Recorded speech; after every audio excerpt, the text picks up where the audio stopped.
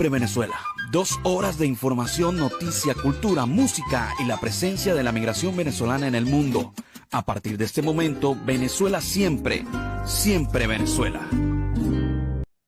Bueno, amigos de Venezuela siempre, siempre Venezuela, así con tono suavecito, iniciamos nuestro programa del día de hoy, como siempre llevándoles a ustedes información, comentarios, noticias, música, entrevistas, todo lo que tiene que ver con Venezuela y su migración a lo largo y ancho del mundo. Esto lo hacemos con mucho cariño, con mucho respeto para todos ustedes a través de esta señal. 5 emisoras que se enlazan, 4 de ellas en el Exactamente. área binacional Ujú. colombo-venezolana, una en Aruba, amplificando nuestra señal en el Caribe latinoamericano.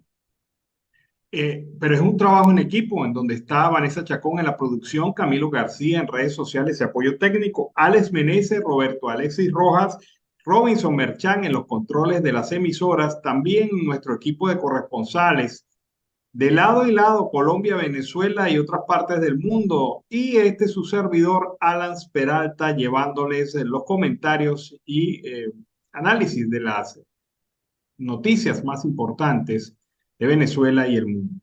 Bueno, como siempre, dámosle la bienvenida a Carlos Uzcategui, el Miura, que nuevamente viene aquí con la lengua caliente. Carlos, buenas tardes, ¿cómo estás? Buenas tardes, Alan Ernesto Peralta, y por supuesto a nuestra audiencia del programa Siempre Venezuela. ¿Cómo te sientes, Alan? ¿Cómo ves la situación? Bueno, yo la veo bien. Quien la ve mal es Claudia Díaz y Adrián Velázquez, la pareja de esposos que muy rápidamente, fíjate, me sorprendió la rapidez de ese juicio. O sea, de verdad no había mucho que defender ni tampoco había mucho que demostrar porque ya las pruebas, al parecer, la fiscalía las tenía de forma contundente y la declaración de el Puerto Andrade terminó de hundir a Claudia Díaz, que recordemos, primero fue la enfermera de Chávez y debe haber sido muy buena siendo enfermera porque la nombraron tesorera de la nación. O sea, Por supuesto. uno dice, bueno, pero ya va, ¿qué méritos? O sea, pensemos por ahí, ¿qué méritos tenía Claudia Díaz para ser tesorera de la nación? Nada más y nada menos que tesorera de la nación. Es que por el hecho de ser mujer, por el hecho de administrar su casa, por el hecho de ahorrar mucho. No sé qué criterio habrá tenido esto, pero uno se imagina un funcionario de tesorería no precisamente proveniente del mundo de la salud. Pero bueno, como en este gobierno les encanta, como a los chavistas les encanta nombrar abogados como presidentes de PDVSA, abogados como directores y presidentes de ministros de salud. Y bueno, y para ustedes contar tantas cosas extrañas que hemos visto, generales administrando empresas del Estado. Bueno, a lo mejor Claudia Díaz entró en este club y obviamente pasó de ser enfermera a ser tesorera de la nación. ¿Qué te Oye, parece ese resultado? Alan, tal como lo dices tú, este gobierno, este régimen de facto de Nicolás Maduro ha colocado a diferentes personas dentro de las carteras ministeriales en el país, y en el caso de Claudia no se ha perdido el tiempo. Fíjate algo, como lo dices tú, de enfermera a tesorera de la nación, pero a la vez también fue testaferro en un cambio de 42 millones de activos lavados. Alan, ¿tú crees que 42, eso fue el pico, hermano?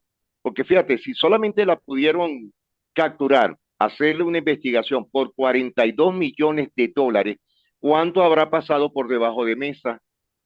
Es decir, es una lógica, hermano. 2 más 2 son 4, pero en Venezuela 2 más 2 son 7 y pico. Bueno, todavía hay gente que no sabe por qué Claudia Díaz está en este caso. Se lo voy a explicar así muy rapidito. Resulta que Claudia Díaz era tesorera de la nación durante el periodo del régimen administrado de divisas, el CADIVI primero y después el ¿Sí? otro régimen que se inventaron. A ella le tocaba el durísimo papel de asignar las divisas. Parece que Claudia era muy eficiente asignando divisas para ciertos amigos y era muy mala para asignar a los que no eran tan amigos. Entonces, resulta que uno de esos amigos era el señor Raúl Gorrín, que por cierto ha sido muy mencionado en estos días, un empresario que Totalmente. un empresario muy mencionado en estos días. Pero bueno, resulta que Gorrín le era también amigo de Claudia Díaz y dijo, bueno, no, esta amiga me ayuda, pues yo la ayudo a ella, yo le doy propiedades, yo le transfiero recursos, yo le transfiero a él. Y como el marido también estaba muy vinculado a Chávez porque era del círculo de guardaespaldas de Chávez, coordinador de seguridad, pues también movía era el que agarraba la carta que estaba de última y la colocaba de primera para que la viera Chávez. Y le decía a Chávez, presidente, yo creo que estos son amigos, vamos a ayudarlos. Bueno, ayudémosle, decía Chávez. Cosa, y bueno, Aprobado. aprobado y firmo en rojo para que no se vaya a olvidar. Con la rabo de chivo, ¿cómo es que decía él? Con la rabo de Ra- chivo. no, rabo de chivo no, Rabo de cochino, rabo, algo así. rabo de cochino era eso, rabo de cochino. Bueno, le daban el rabo de cochino ahí y bueno, eran una pareja muy próspera. Fíjate que le dio para tener varias propiedades y tener recursos incluso para vivir, tratar de vivir un exilio dorado en España. Pero resulta que el gobierno de los Estados Unidos le venía siguiendo la pista y cayó primero el Tuerto Andrade y después el Tuerto Andrade dijo, pero ya va, yo quiero negociar.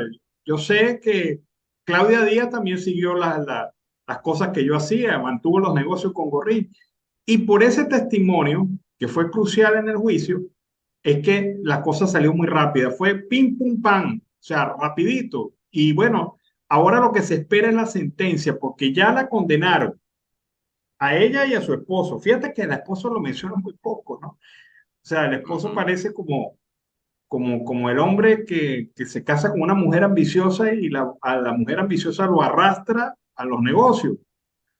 Yo no sé si habrá sido así, pero Claudia Díaz y Adrián Velázquez comparten ahora el mismo destino porque ya han sido sentenciados por este tema de la corrupción y una corrupción genérica también y están también como parte del caso en contra de Raúl Gorrín, que es prófugo de la justicia norteamericana. Aparentemente no puede salir prácticamente de Venezuela porque se lo agarran en otro país, lo meten preso, pero le pasa lo mismo que a Alex Saab, pero ahí están sentenciados express, una sentencia express. Vamos a ver Y si Alan, eso es ahí algo esto. que tú estás comentando, ¿no? En el tema que fue un juicio en menos de 2 horas y media. Y fíjate el tiempo que tiene el juicio de Alex Sack desde Cabo Verde hasta la prisión de los Estados Unidos, ¿no? No voy a comparar los puntos o las causas que tenga cada imputado en este tipo de delito, pero el delito del blanqueo que ha tenido Claudia, su esposo, fue muy rápido. Da mucho que pensar. Presumo, y estoy muy seguro, Alan y audiencia, que pronto Claudia también va a despepitar como el pájaro chugui y va a hablar más de la cuenta, porque yo no me voy a dejar condenar tapándole a los demás testaferros que debe haber, porque te aseguro, Alan, que ese dinero, ese blanqueo no solamente fue de parte de ella, hay algo más dentro de ese punto. Sí, obviamente, pero fíjate la comparación que haces tú con el caso de Alex Saab, es que Alex Saab ha tenido un bufete de lujo. O sea, los más importantes y destacados abogados, empezando por el juez De Baltasar lujo, Garzón, lo tuvo en su equipo. Y lo tuvo en su equipo y lo pagó el gobierno de Venezuela, porque esa es la triste realidad. A Claudia Díaz no le dieron el mismo apoyo que a Alex Saab. Pero y Alex Saab, ¿por qué el proceso de Alex Saab ha sido más lento? Porque Alex Saab ha agotado toda la vía judicial en Cabo Verde. total. O sea, llegó hasta el último extremo en el tema en Cabo Verde. Y después de agotar en Cabo Verde, una vez extraditado, está agotando todas las vías judiciales en los Estados Unidos. Ahora, el juicio por corrupción no ha avanzado porque sus abogados hicieron una incidencia en el juicio diciendo a este señor no se le puede juzgar porque él es diplomático y por lo tanto su detención es ilegal. Es lo que dicen los abogados de Alex Saab. Y resulta que el juicio principal se ha paralizado, se ha tenido que abrir un juicio accesorio para determinar una sola cosa. Es lo que se está determinando estos días en el caso de Alex Saab, si es diplomático o no es diplomático. Para mí, lo único diplomático que ha tenido en su vida ha sido el ron, que es muy famoso y muy bueno, por cierto. Pero por lo Eso es demás, cierto. sí, por lo demás, Alex Saab no tiene ninguna actividad diplomática. Además, que si fuera diplomático, de hecho estaría violando la ley venezolana porque un diplomático o un funcionario de gobierno no puede hacer negocios con el propio gobierno. Por Y, supuesto. y ahí está la cosa. Entonces, por eso es que el caso de Alex Saab se paralizó. Una vez se determine que no es diplomático, que nunca lo ha sido. Por cierto, ayer los peritos del FBI destrozaron la Gaceta Oficial Forjada, donde supuestamente lo nombraban como representante diplomático. Demostraron los peritos del FBI que era falsa, fue una falsificación total esa Gaceta. Y bueno, esto es un plomo en el ala. Él va así, como, como cuando un avión va con mucho peso. Por un lado, él va así, en este caso. Si va con el tiro en la culata, Alan, porque sencillamente allá en Estados Unidos no le van a permitir algún beneficio, porque ya eso es un delito federal lo que le está cometiendo. Alex tendrá que hablar tarde o temprano, pero como le hemos versado en diferentes temas, en diferentes programas, Alan, ¿qué pasará con su esposa, los hijos, la familia de Alex Saab? Están dentro del el círculo muy, pero muy cercano de seguridad de Nicolás Maduro Moro y, por supuesto, como le indicaste, un bufete de lujo, de clase, un bufete que no lo paga cualquiera. Y eso es cantidades de dinero mensuales, a diario, prebendas, etcétera, que están pasando con este juicio del que llaman diplomático Alex Saab, barranquillero libanés y con un poquito de venezolano. Bueno, lo único de venezolano que tiene son los dólares que se Más cogió. nada.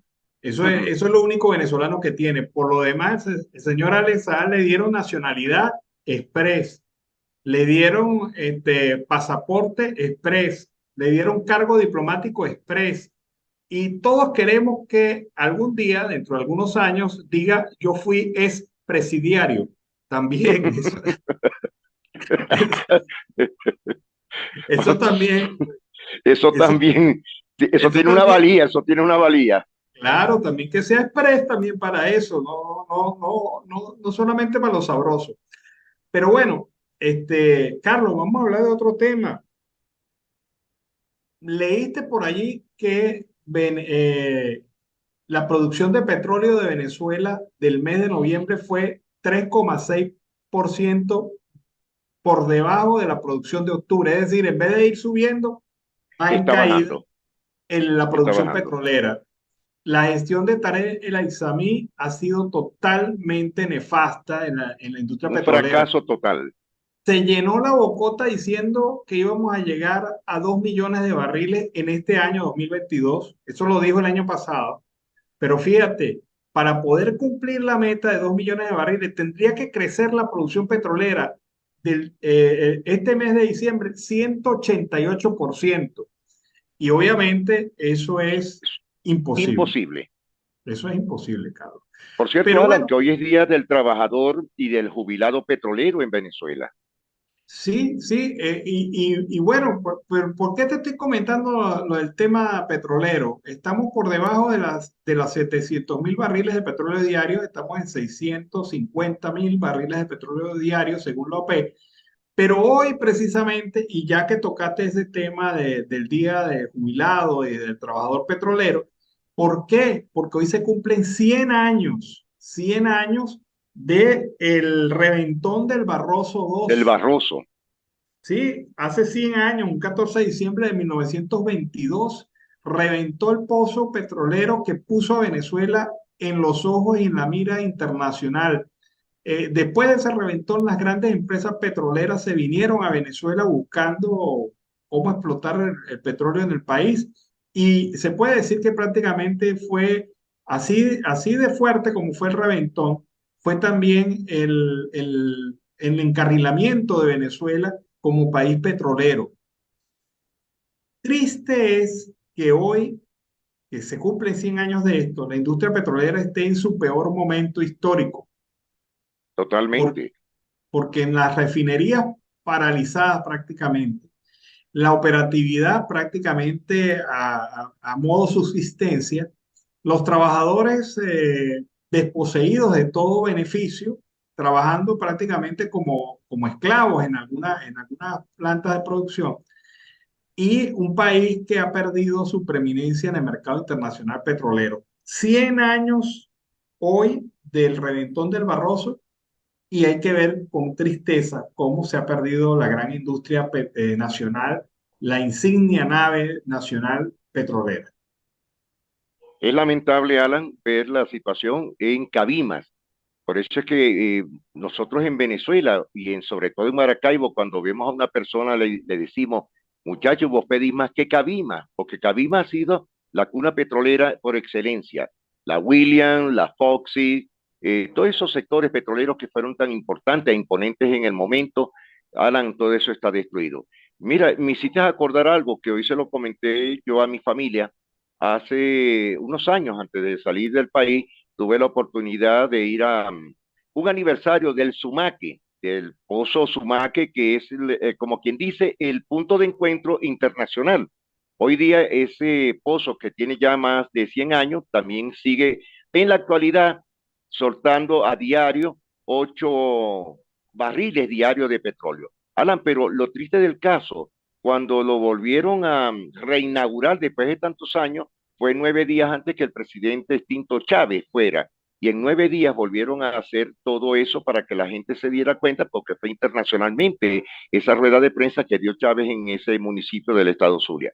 Alan, mira, la industria petrolera por A o por B tiene más del 75% de los pozos petroleros paralizados, lo que es lo que en el otro hora se llamaba Campo Boscán, uno de los puntos fuertes del estado Zulia, hoy paralizado en más de un 85%. La costa oriental del lago sin muelles, sin astilleros y sin dique. Es decir, tú indicaste ahorita algo que es muy importante. Alan, se necesitaría una millonada, un plan Marshall, por lo menos triple, para la industria petrolera venezolana, para volverla a reactivar. No va a ser nada fácil. Y aparte de eso, ¿qué personal técnico especializado, calificado para PDVSA hay actualmente en Venezuela? Sí, son cosas de verdad que atentan contra el futuro de la industria petrolera venezolana. Y es que nosotros con la industria petrolera, los venezolanos, hay que reconocer que hemos tenido una relación amor-odio, una relación en donde disfrutamos y hemos sido un país rentista. El Total. 90 gran parte de nuestra historia desde el 1922 ha sido rentista.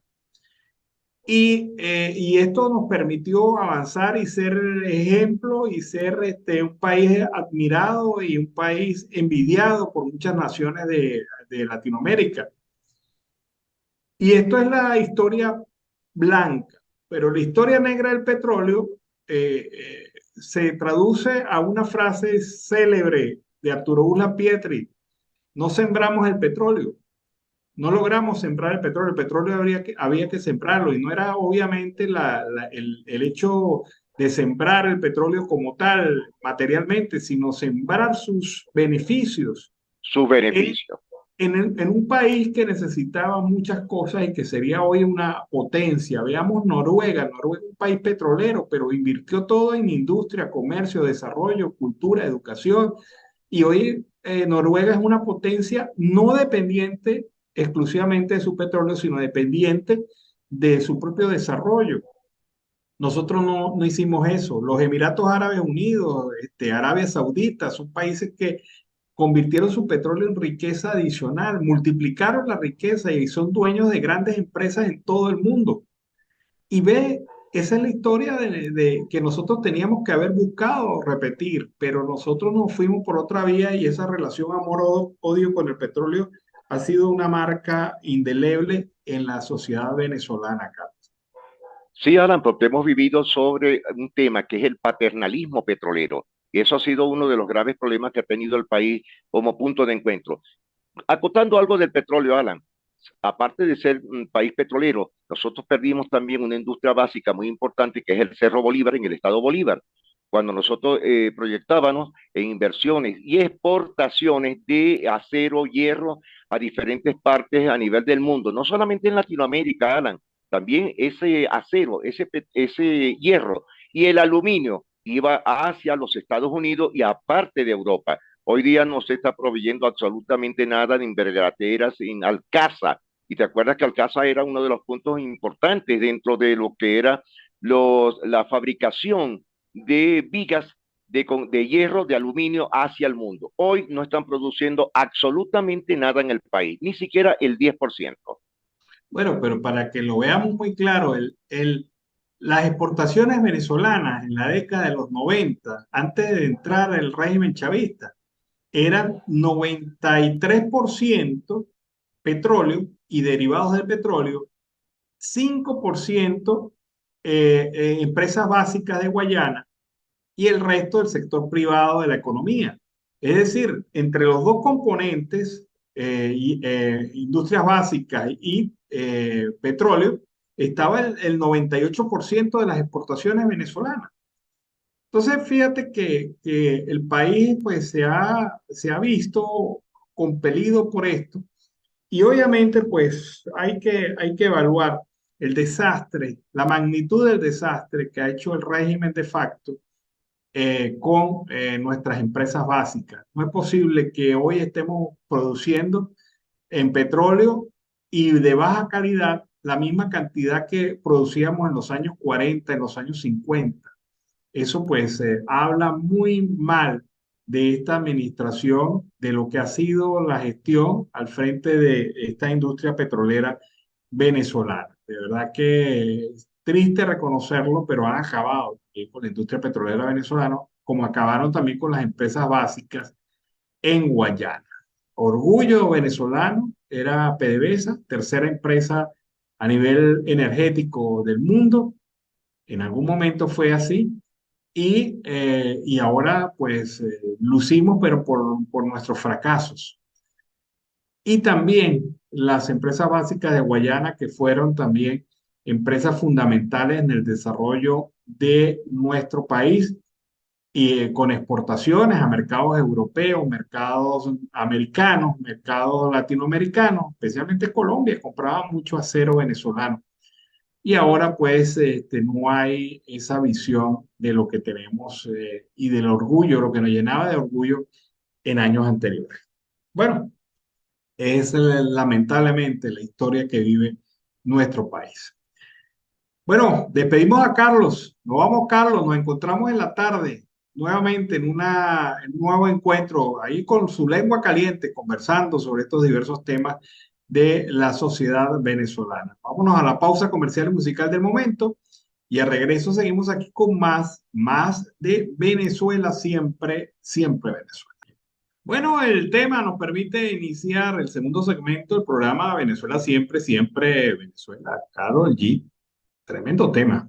Bueno, seguimos acá en Venezuela siempre, siempre Venezuela, el Reino de los Países Bajos y la República Bolivariana de Venezuela, el régimen de facto, han confirmado su voluntad de trabajar conjuntamente en la implementación y ejecución de la reapertura gradual de la frontera entre las partes caribeñas del Reino y Venezuela.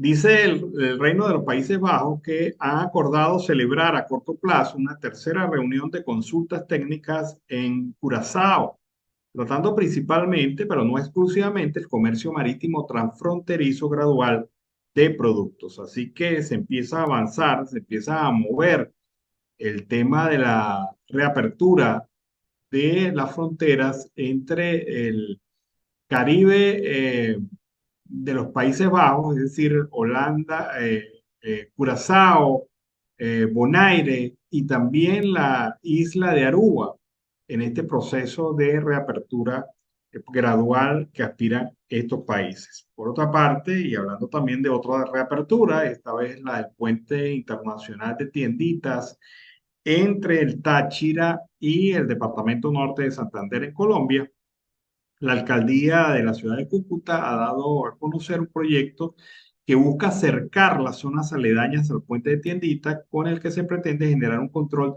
en el paso fronterizo y así evitar que se presenten desórdenes por invasión del espacio público como se está dando en el sector de La Parada. Invías está fundamentando un proyecto estratégico para encerrar totalmente el puente de Tienditas, colocar un portón propuesto por el área metropolitana y allí no debería haber vendedores ambulantes, aseguró el alcalde de la ciudad de Cúcuta, Jairo Yáñez. Se trataría de un trabajo conjunto. Vamos a acudir a la Policía Nacional de la mano con la alcaldía de Villa Rosario para evitar que personas monten negocios donde lo único que se va a permitir es la entrada y salida de camiones que tengan que ver con la operación del puente. Una de las cosas que hay que enfrentar y solucionar. No se puede reaperturar el comercio binacional, los puentes internacionales, el tránsito binacional, si no hay claridad en esta relación, porque lo que se va a generar son problemas. Y la alcaldía de Cúcuta prevé que el puente de Tienditas, el más amplio y de mayor movilización vehicular, es lo que se piensa, va a tener también unas condiciones difíciles para el manejo del espacio público, es decir, vendedores ambulantes, puntos de comercio, en áreas donde no se va a permitir, por lo menos a lo que aspira el alcalde de la ciudad de Cúcuta. También, por otra parte, el gobierno mantuvo durante muchos meses la tesis y el discurso de que Venezuela se había recuperado, que Venezuela había salido de la crisis económica. El informe en COVID sobre condiciones de vida de la población venezolana destruyó esa tesis del gobierno y veamos y escuchemos el porqué. La Encuesta Nacional de Condiciones de Vida en COVID 2022 desmonta la narrativa de normalización que ha pretendido generar el régimen de Maduro. Los datos son indiscutibles. Economía. En 2022, el nivel de la actividad económica se ha ralentizado 7,2% con respecto al segundo semestre de 2021. Impacto de la migración. La población venezolana estimada es de 28,3 millones, una disminución que se explica a partir de que más de 5 millones de personas han dejado Venezuela desde 2015. Educación. Se estima que 1,5 millones de niños, niñas y adolescentes permanecieron fuera del sistema educativo en el periodo 2021-2022. Venezuela sigue en crisis y se profundiza la desigualdad. Urgen soluciones para poder atender a los más vulnerables. Bueno, es clara la situación que vive el país y obviamente pues uno de sus indicadores es el tema del dólar, que por cierto ha tenido un comportamiento estable durante el día de hoy por segundo día consecutivo de mercado abierto. En promedio, podemos decir que hasta hace aproximadamente media hora, el valor del dólar frente al bolívar era de 17,41 bolívares por dólar en el mercado paralelo. Y el Banco Central de Venezuela lo mantenía en 14,87 bolívares por dólar. Es decir, se mantiene prácticamente una tendencia estable, a pesar de que ha aumentado 4,91%, 0,81 bolívares el precio relativo en relación al día de ayer y el día de hoy. No va con los mismos sobresaltos y la misma velocidad de lo que ocurrió durante la semana pasada, pero bueno, para lo que había ocurrido, pues está muy estable hasta estos momentos el dólar y el tema de la devaluación del bolívar. Vamos a escuchar ahora el reporte, lo que usted no escuchó, con María García. Lo que usted no escuchó. Con María García.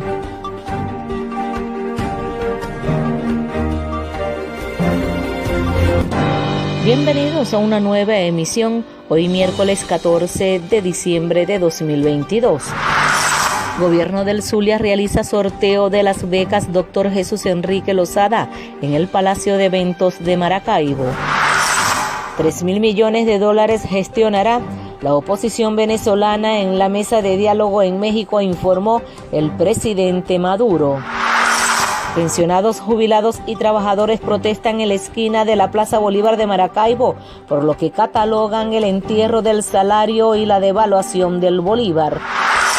Instituto Municipal de Transporte Colectivo Urbano de Mara extiende operativos de protección en unidades públicas de la zona.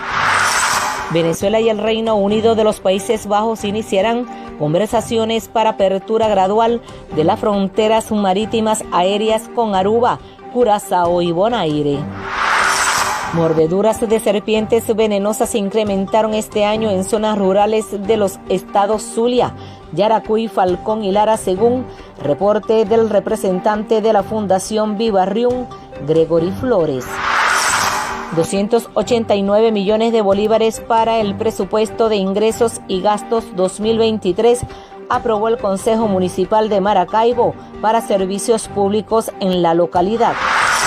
Vuelve el control del litraje de combustible y las colas en Venezuela, aseguran transportistas en nuestro país. Servicio de agua potable será restablecido para las próximas horas en las comunidades maravinas, aseguró el presidente de la hidrológica, Freddy Rodríguez. Internacionales. Estados Unidos cierra con mallas la frontera zona del Paso en Texas y Ciudad Juárez en México ante oleada de migrantes que siguen llegando pese a estar vigente el título 42. Deporte. Con 3 goles, Argentina es la primera a pasar a la final, dejando a Croacia en el campo con 0 en su marcador. Hasta aquí los titulares de lo que usted no escuchó con María García. Volveremos con una nueva emisión el próximo viernes 16 de diciembre de 2022. Bueno, fue el reporte de María García desde el estado Zulia, dándonos la información como nuestra corresponsal en la zona. Bueno, amigos de Venezuela Siempre, Siempre Venezuela, seguimos aquí con el programa, siempre llevándoles a ustedes información, comentarios, noticias, música, entrevistas, todo lo que tiene que ver con Venezuela y su migración a lo largo y ancho del mundo. Bien, los venezolanos en el exterior van a poder votar en las primarias de la oposición. Esto lo ha afirmado Jesús María Casal, presidente de la Comisión Nacional de Primaria, quien dijo que desarrolla un registro propio y además de escoger a un candidato unitario frente a Nicolás Maduro en el 2024, esperan que los migrantes participen en las presidenciales. El padrón servirá para que la comisión, los partidos políticos y los precandidatos movilicen y ubiquen a los venezolanos que están fuera del país y asimismo presionen para que el Consejo Nacional Electoral les permita participar en estos comicios. Así manifestó Casal, que logró superar la ilegal restricción del ejercicio del derecho al voto impuesta en los procesos anteriores. En este momento, indicó, están definiendo las características y los alcances de un registro auditable que permita a los venezolanos votar presencialmente en la primaria. Aseguró que están calificados para celebrar estas votaciones en esta fecha e incluso antes, pero pretenden tener la certeza y la seguridad de que no ocurran atropellos en los lapsos. El proceso, afirmó Casal, se hará con las garantías suficientes y ello incluye establecer los tiempos para la presentación de candidatos, la fase de impugnación, la conformación de centros de votación e incluso el voto en el exterior. La comisión está trabajando en el financiamiento del proceso, que contará con las contribuciones voluntarias de los candidatos, pero también aceptará donaciones nacionales e internacionales a través de normas para garantizar la transparencia. Una noticia preocupante: aumentaron los casos de cáncer de cuello uterino en mujeres menores de 35 años en Venezuela. Esto lo afirma la Sociedad Anticancerosa, quien alertó sobre este aumento en la incidencia de casos de cáncer de cuello uterino en mujeres menores de 35 años, de acuerdo a los datos obtenidos en las pesquisas realizadas durante este año en la Gran Caracas, La Guaira y Barinas. Aunque se trata de una cifra preliminar, la doctora Iraima Baloa, gerente de la Unidad de Clínicas Móviles de la Sociedad Anticancerosa de Venezuela, Detalló que durante la primera jornada masiva en La Guaira brindaron atención a 311 pacientes, de las cuales 73 salieron sanas y el resto presentó lesiones sospechosas de cáncer de cuello uterino, una cifra muy alta. La mayoría de las pacientes fueron referidas a la Clínica de Prevención de Cáncer en Caracas, donde les hacen los estudios de extensión y quedan en control con los médicos especialistas. Lo más estamos pesquisando desde el punto de vista ginecológico, afirmó la médico. Son lesiones de bajo y alto grado asociadas al virus de papiloma humano, que sabemos es el primer causante del cáncer de cuello uterino, la segunda causa de muerte oncológica en la mujer venezolana, después del cáncer de mama. En vista del aumento de la incidencia de las regiones por VPH, que anteriormente registraban un mayor número de cáncer de cuello uterino en mujeres de más de 45 años, ahora ha bajado a menores de 35 años, es decir, no hay un control efectivo por parte de la mujer venezolana en este momento. ¿Cuáles son las razones? Fundamentalmente, la baja capacidad que tienen los hospitales, los centros de salud, la situación del sector salud en general, la falta de insumos y obviamente la falta de personal. Así que muy difícil la situación para la mujer venezolana en estas circunstancias. Vamos a escuchar a la diputada Milagros Celularte señalando la situación de la pésima calidad de los servicios públicos en el estado Vargas. La diputada de la Asamblea Nacional por el Estado La Guaira, Milagros Eulate, ofreció un balance de la precariedad de los servicios públicos en la entidad. En el estado Vargas las deficiencias de los servicios públicos cada vez son peores. En el caso del agua, que llega una vez al mes a la mayoría de los sectores por 1, 2, 3, 4 horas como máximo, ya las bombas subsidiadas quedan 2 en el estado, el resto están dolarizadas y muchas de ellas manifiestan que no quieren recibir efectivo. Eulate enfatizó la necesidad que los varguenses cuenten con servicios de calidad. Nosotros debemos contar con los servicios sanitarios, con los servicios públicos.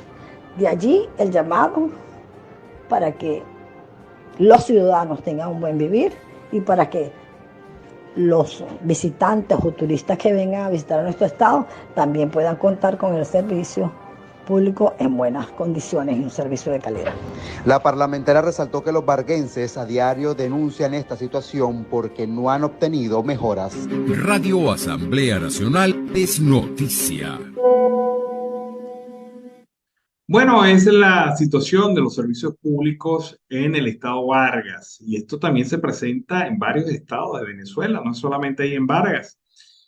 En el estado Táchira, en el estado Mérida, en el estado Trujillo. Por cierto, en el estado Mérida las lluvias han vuelto nuevamente durante el día de hoy, afectando la vialidad urbana y la vialidad interurbana en esa entidad. Están pasando difícil los hermanos merideños por las circunstancias de las lluvias que todavía se intensifican en estas fechas, generando preocupación en la población merideña.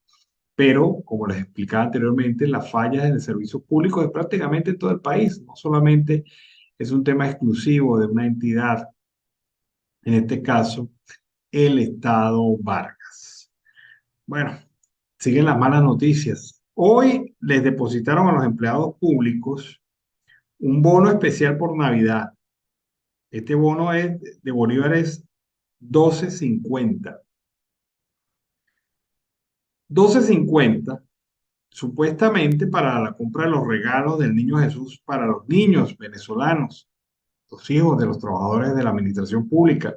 Pero el problema es, hermano, que 12.50 bolívares representan hoy 0,84 centavos de dólar.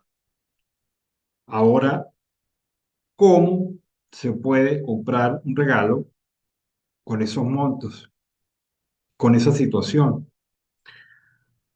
Yo no sé si juegan al cinismo, pero lo cierto del caso es que luce esto muy cínico. 12,5 bolívares, 0,84 centavos de dólar para los regalos de los niños venezolanos. Más de uno. Este es un bono especial que según la ONAPRE se está dando para quienes tengan hijos menores de 12 años al servicio de la administración pública, de acuerdo a la partida de nacimiento que se encuentra en el expediente de los trabajadores. También, por otra parte, y en materia informativa, Conatel cerró otra emisora en esta oportunidad, Sonora 107.7 FM de Portuguesa, una emisora que tenía más de 20 años trabajando para llevar entretenimiento e información al colectivo de Portuguesa. La Comisión Nacional de Telecomunicaciones cerró esta emisora que operaba en el municipio Páez y Araure del estado portuguesa. La denuncia la hizo el Sindicato Nacional de Trabajadores de la Prensa. El organismo estatal argumentó que se venció la concesión de la radio, que tenía una programación variada. Ya en octubre hubo indicios de que esto venía por esa línea cuando obligaron a la emisora Sonora 107.7 cerrar un programa de opinión que emitía y conducía el periodista Moisés Reyes, programa que, por cierto, tenía 42 años al servicio de la comunidad de esa entidad. Conatel obligó a Sonora 107.7 a sacar del aire este programa de opinión frente al paredón del periodista Moisés Reyes. Esto lo denunció el Sindicato Nacional de la Prensa en su momento.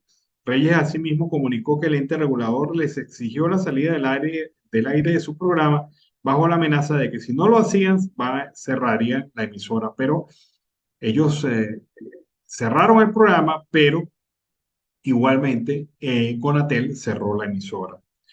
En Venezuela aumentaron las presiones, los hostigamientos, la intimidación y los casos de censura, denunció el secretario general del Colegio Nacional de Periodistas, Edgar Cárdenas. Eso mientras se reducían las agresiones físicas contra los trabajadores de la prensa. Durante la presentación del balance de gestión de la instancia, Cárdenas indicó que desde el año 2022 hasta la fecha se registraron 207 agresiones a periodistas y medios, 48 menos que las contabilizadas por el CNP en el año 2021, reseñó la agencia informativa española EFE. Sigue la persecución contra los medios de comunicación, el cierre, el desierto comunicacional que amplía y busca generar el gobierno, y sobre todo la persecución a los propios periodistas y comunicadores independientes. El periodismo independiente está sometido a una muy fuerte presión en Venezuela en este momento. Bueno, amigos de Venezuela, siempre Venezuela, seguimos aquí con nuestro programa en la tarde de hoy.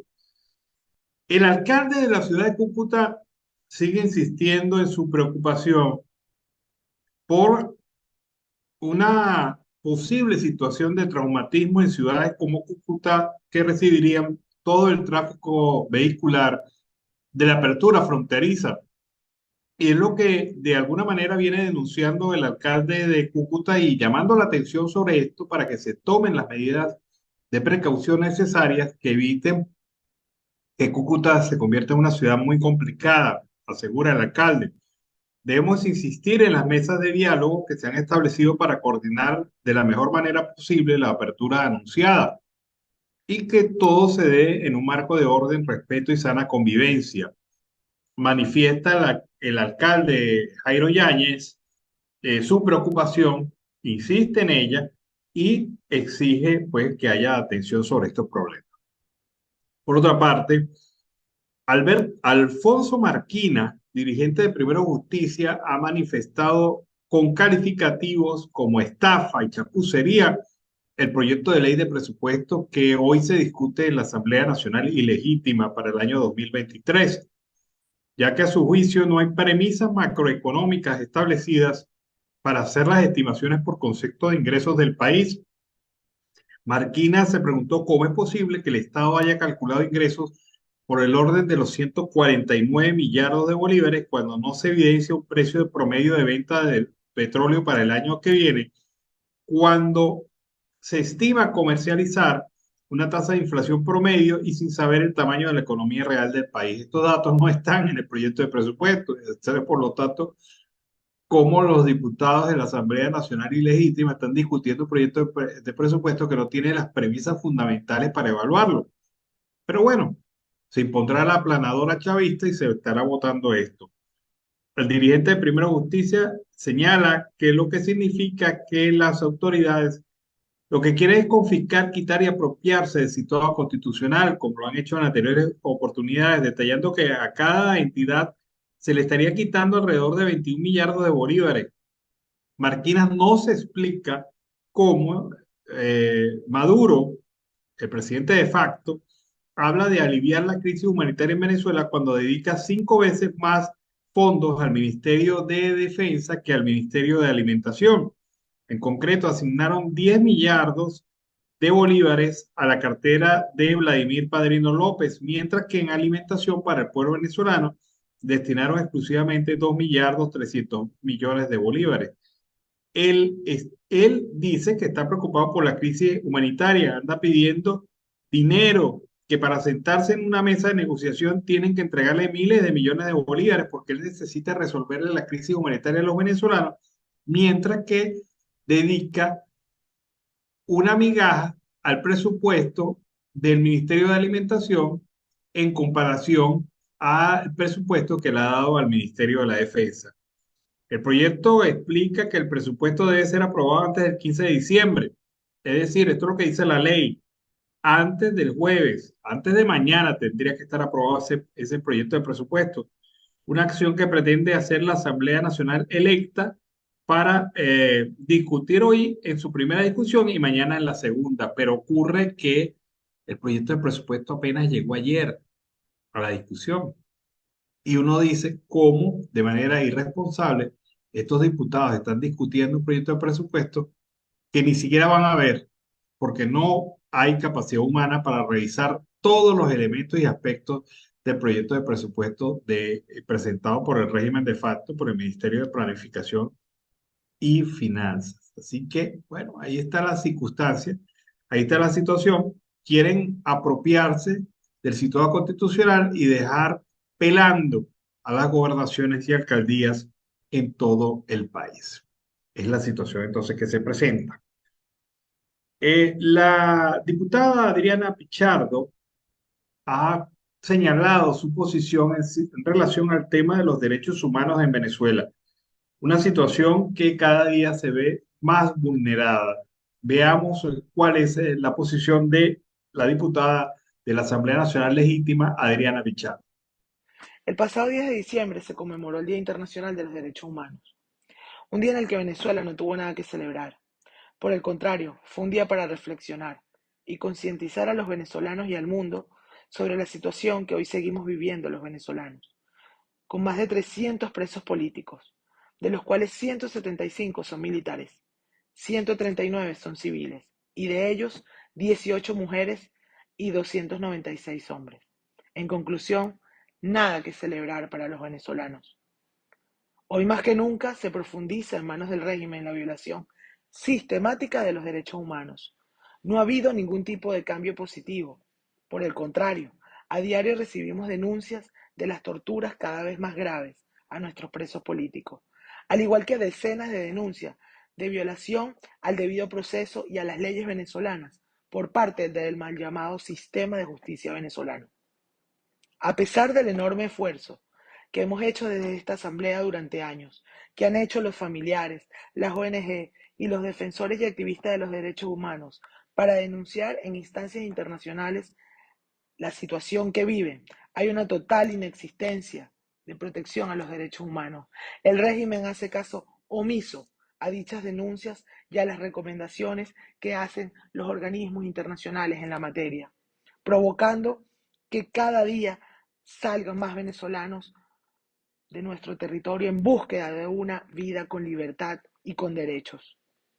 Hoy más que nunca, desde este Parlamento reiteramos nuestro compromiso con la defensa de los derechos humanos, pero sobre todo con las víctimas, el acompañamiento a ellos y a sus familiares, para continuar alzando la voz por ellos, exigiendo su libertad y luchando arduamente por alcanzar la libertad y la democracia para todos los venezolanos.